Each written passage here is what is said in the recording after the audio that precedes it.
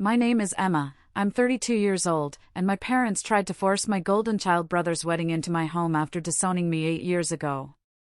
Before I tell you how that ended with their wedding in ruins and a massive lawsuit, let me know where you're watching from in the comments. The phone vibrated against the table, a jarring buzz in my quiet design studio. I glanced at the screen, and my heart did a painful little flip. It said Mom. 8 years. 8 years of absolute silence, and now this. I let it go to voicemail, my hand trembling slightly. A minute later, a text popped up, Emma, I know you're there. Pick up. It's about Jason. With a deep breath, I called back. There was no warmth in her voice, no how have you been? It was straight to business. Jason, my older brother, the golden child, was getting married. And, she announced, they had decided my beautiful hillside home would be the perfect venue. They weren't asking. They were telling me. And in that moment, I realized, to them, I wasn't their daughter. I was just property. That cold, transactional tone pulled me right back to when I was 18, standing in our old living room. On the coffee table were 2 letters. One was an acceptance to my dream art school. The other, to the law school my father had chosen for me. I remember his words when I told him I was choosing art. He didn't yell. It was worse. He just looked at me with this chilling disappointment and said, this house doesn't support fantasy. They had a pattern of this, of course. Just a few years before that, they'd strong-armed me into giving up a summer art scholarship to take an unpaid internship at a friend's law firm. They always knew how to make me feel small, like my dreams were frivolous. So I left. I put myself through school, worked 3 jobs, and poured every ounce of pain and anger into my work. Now, my design studio was successful. This house, the one they wanted to use as a prop, wasn't just wood and glass to me. It was my sanctuary. It was proof that I had built a life, a beautiful life, without them. I met my best friend Georgia for coffee the next day, my head still spinning. Are you kidding me? She said, nearly spitting out her latte. They have some nerve. Her outrage was the validation I needed. What are you going to do? She asked. I hadn't decided yet, but the whole thing felt off. Why now? Why my house? While I was talking, Georgia was furiously typing on her phone. She said, her voice suddenly serious. You need to see this. She turned her phone around. It was a Society page article. Jason Miller to wed Isabel DeVos. DeVos. As in, the DeVos industrial fortune.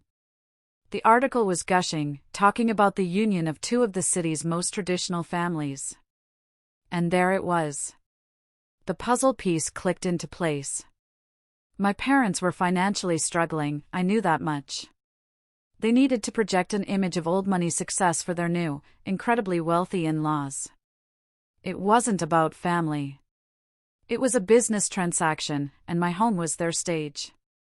That night, I called them back. My voice was steady, colder than I thought possible. The answer is no, I said. My house is not available.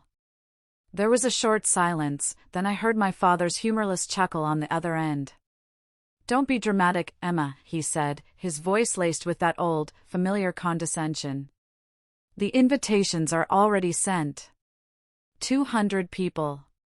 We'll see you on September 15th. You wouldn't dare turn away an entire wedding party in person. He hung up. Just like that. The threat was clear. They were going to ambush me. A few days later, the real attack came. It was an email, forwarded from Georgia with the subject line, "You are not going to believe this." It was from a high-end event planning company, confirming the details for the Miller DeVos wedding. My address was listed as the venue. And attached was an invoice for $45,000. My stomach dropped. As I was staring at the screen, a notification popped up from my bank. A fraud alert. A charge for $5,000 from that same event company had just been processed. The payment method? A supplementary credit card from my father's account, one he'd given me in high school and that I was sure I had destroyed years ago. He must have reactivated it. That's when something inside me snapped. The hurt and sadness I'd felt for years crystallized into something hard and sharp. This wasn't a family dispute anymore. This was fraud. This was theft. I picked up my phone and called Georgia. "I don't need a lawyer, G," I said, my voice low. "I need a shark." That night, I couldn't sleep. For a fleeting, cowardly moment, I found myself scrolling through real estate websites in other states. I could just sell the house. Disappear. Start over where they couldn't find me. The thought was tempting. It was the easy way out.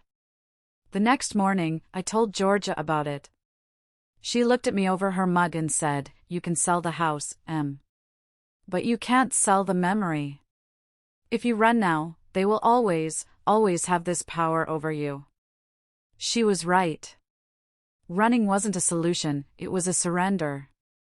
George's uncle was a retired judge, and while he couldn't represent me, he gave me the name of a lawyer. "She's a bulldog," he'd said. He wasn't kidding. Ms. Albright was a sharp, no-nonsense woman who listened to my story without a flicker of sentimentality. "To build a case for fraud," she said, her voice crisp, "I need everything. Every financial document you have that ever connected you to your parents." That night, I dug out an old, dusty box from the back of my closet. It was filled with old report cards, photos, and a thin folder of financial papers. And in it, I found something I'd forgotten about. A statement from my godmother Eleanor's estate. She had left me $200,000 when she passed away right after I'd left for college. At the time, my parents had told me the money was tied up in a complicated trust that wouldn't mature for years. Looking at the documents now, something felt wrong. I scanned them and sent them to Ms. Albright. Her reply came an hour later, at 11 p.m. The email was short. "Emma, we need to talk first thing in the morning. This is much bigger than a fraudulent credit card charge." September 15th arrived. It was a perfect, sunny autumn day. But instead of white ribbons and rose petals, my property was adorned with something else entirely. It was the day of the Rainbow Coalition's annual donor gala, a private, ticketed charity event I had arranged to host. The guest list was a who's who of the city's most progressive philanthropists and media figures. At exactly 4 p.m., a fleet of black cars rolled up my driveway. My parents, Jason, and the DeVos family emerged, dressed in couture, their faces beaming with smug satisfaction. They saw the valet parking, the string quartet playing softly on the lawn, and they assumed it was all for them.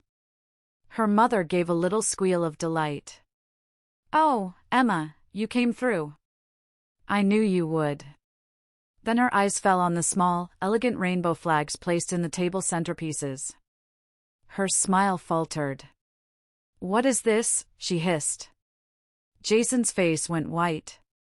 He saw a few prominent LGBTQ+ activists he recognized from the news, laughing and sipping champagne. He saw his fiancée's father, the notoriously conservative Mr. DeVos, staring at the scene, his jaw tightening. That's when I walked out onto the porch, Ms. Albright by my side. My voice was calm, clear, and carried across the lawn. "Good afternoon," I said.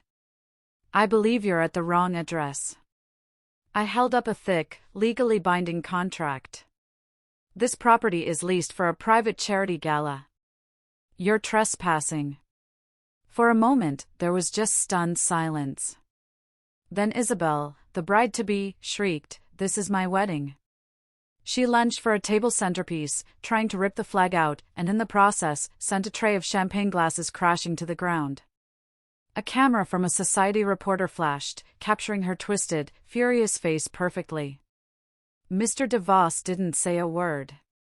He simply grabbed his daughter's arm, his face like a thundercloud, and marched his family back to their cars, giving Jason one last, withering look of pure disgust. As my family's cars beat a hasty, humiliated retreat down my driveway, a man in a neat suit stepped out from behind a large oak tree. He walked calmly to my father's car and slapped a thick packet of documents onto the windshield. It was the lawsuit. They had been officially served. The cars sped away. That evening, as the gala wound down, my phone buzzed. A text from a number I didn't recognize.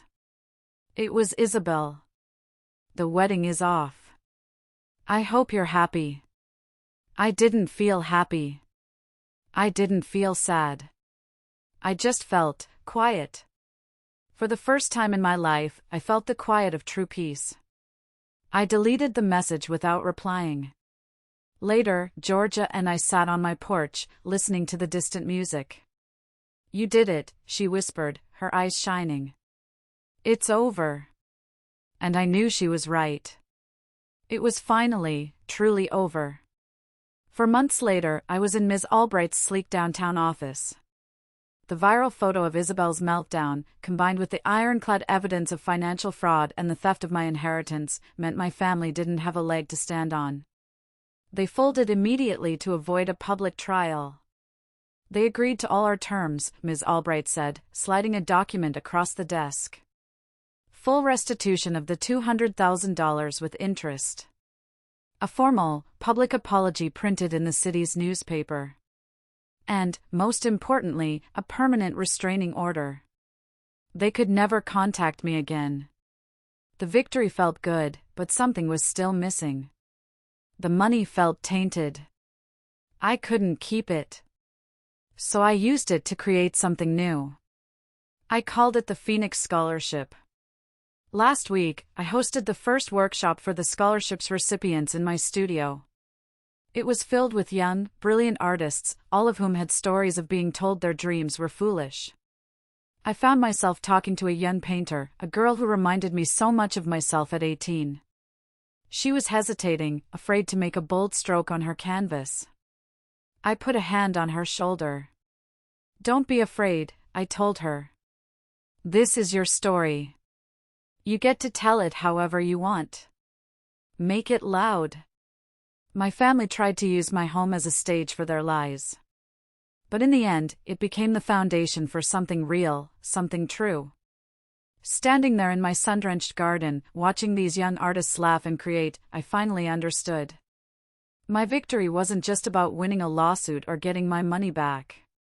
It was about turning the ugliest chapter of my life into a source of light for others. And that is a kind of peace that no one can ever take from me again. Thank you so much for listening to my story. It wasn't easy to share, but I hope it helps someone out there who feels like their voice is being silenced. My question for you is, have you ever had to stand up to your family to protect your own peace? Let me know in the comments below. And if this story resonated with you, please give it a like and subscribe for more. It really does help. Thank you.